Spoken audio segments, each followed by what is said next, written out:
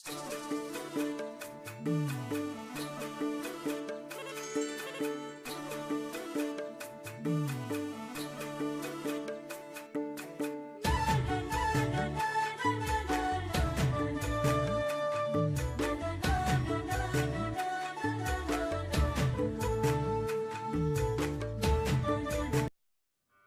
বন্ধুসকল, অসমৰ ইতিহাসত আমি আজি আলোচনা কৰিবলৈ ওলাইছোঁ আমি দুটা চকু হোৱা সত্ত্বেও এটা বস্তু আমি কেনেকৈ অনায়াসে দেখা পাব পাৰোঁ।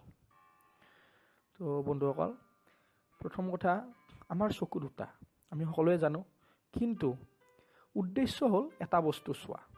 গতিকে আমি কেনেকৈ দেখা পাম দুটা চকুৰে এটা বস্তু? দুটা চকুৰে আমি দুটা বস্তুটো দেখা পাব পাৰিলোঁ হয়।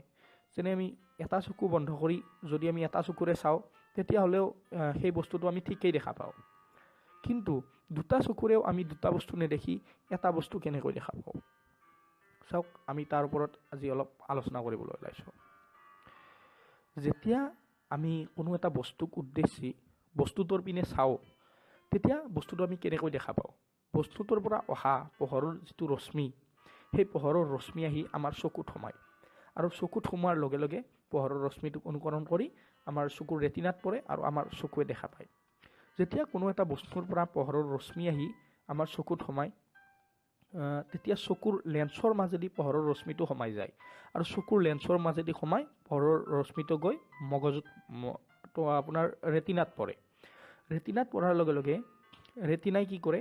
ৰেটিনাই বস্তুটো প্ৰেৰৰ সংকেত দুটা, যিটো পোহৰৰ ৰশ্মি দুটা চকুৰ পৰা অহা পোহৰৰ ৰশ্মি দুটা ৰেটিনাই সংগ্ৰহ কৰি লৈ এটা চিত্ৰ গঠন কৰে, আৰু চিত্ৰটো ভাবি লৈ এটা ধাৰণা কৰি লৈ সেই চিত্ৰৰ সংকেতটো তৎক্ষণাত মগজুলৈ প্ৰেৰণ কৰে, আৰু মগজুৱে সেই দুটা চিত্ৰ গ্ৰহণ কৰি লয়, আৰু দুটা চিত্ৰ গ্ৰহণ কৰি লগে লগে দুটা চিত্ৰক এটা কৰি লয়, আৰু এটা কৰি এটা তৈয়াৰ কৰি মগজুৱে বস্তুটো পঠাই দিয়ে, যাক 3 ডাইমেনশ্যনেল ইমেজ বুলি কোৱা হয়। 3 ডাইমেনশ্যনেল ইমেজ বুলি কোৱা হয়, আৰু লগে লগে বস্তুটো আমি দেখা পাওঁ। কিন্তু বন্ধুসকল, এটা সময়ত যেনে আমি এন্ধাৰ কোঠা এটাৰ ভিতৰত যদি সোমাই আছোঁ, তেতিয়া এন্ধাৰ কোঠাটোৰ পৰা যদি আমি বাহিৰৰ পোহৰ কোঠাটোলৈ চাব লগা হয় এটা সৰু ফুটাৰে, তেতিয়াহ'লে আমি দুটা চকুৰে একেলগে দুটা বস্তু চাব পাৰোঁ। ধৰি লওক আপোনালোকে একেবাৰে এন্ধাৰ কোঠা এটাত আছে, বাহিৰৰ ফালে আমি এটা সৰু ফুটাৰে, একদম সূক্ষ্ম চিত্ৰ ফুটা এটাৰে আমি বাহিৰলৈ চাব লগা হয়। তেতিয়াহ'লে আমি যদি অলপ গুৰুত্ব দি বাহিৰলৈ চোৱাত বেছি বিচাৰোঁ, তেতিয়াহ'লে আমি দুটা ফুটা দেখা পাওঁ, দুটা চকুৰে দুটা ফুটা দেখা পাওঁ, আৰু দুয়োটা ফুটাৰে বাহিৰৰ আমি দুটা বস্তু দেখা পাওঁ। এইটো কেনেকৈ সম্ভৱ হয়?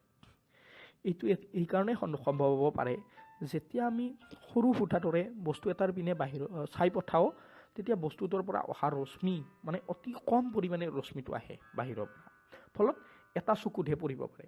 কিয়নো এটা চকুত পৰিব পাৰে? যিহেতু আমাৰ দুয়োটা চকুৰ মাজত অলপ হ'লেও দূৰত্ব আছে, অকণমান হ'লেও আমাৰ দুয়োটা চকুৰ মাজত দূৰত্ব আছে। গতিকে বস্তুটোৰ পৰা অহা সৰু বস্তুৰ কাৰণে সৰু বস্তুটোৰ পৰা কম ৰশ্মি আহে, আৰু ৰশ্মি এটা চকুত পৰে, ফলত দুয়োটা চকুৱে একেলগে ৰশ্মিখিনি গ্ৰহণ কৰিব নোৱাৰে, আৰু আনটো চকুৱে বেলেগ আৰু এটা চকুৱে বেলেগ আৰু আনটো চকুৱে বেলেগ ৰশ্মি গ্ৰহণ কৰে। ফলত আমি ফুটাটোৰে বাহিৰলৈ চালে সম্পূৰ্ণ আমি দুটা বস্তু দেখিবলৈ পাব পাৰোঁ। তো ধন্যবাদ বন্ধুসকল, এয়া আছিল আমাৰ এই প্ৰতিবেদন। আপোনালোকে ভিডিঅ'টো চাই কেনে পালে? যদি আমাৰ কিবা ভুল হৈছে আপোনালোকে নিশ্চয় কমেণ্ট বক্সত শুধৰণি কৰি জনাই দিয়ক। ধন্যবাদ। এনেকুৱা বেলেগ বেলেগ ভিডিঅ' চাবলৈ ছাবস্ক্ৰাইব কৰক আমাৰ এই চেনেলটো অসমৰ ইতিহাস, লগতে কাষত থকা ঘণ্টা বটনটো দবাবলৈ একেবাৰেই নাপাহৰিব। ধন্যবাদ।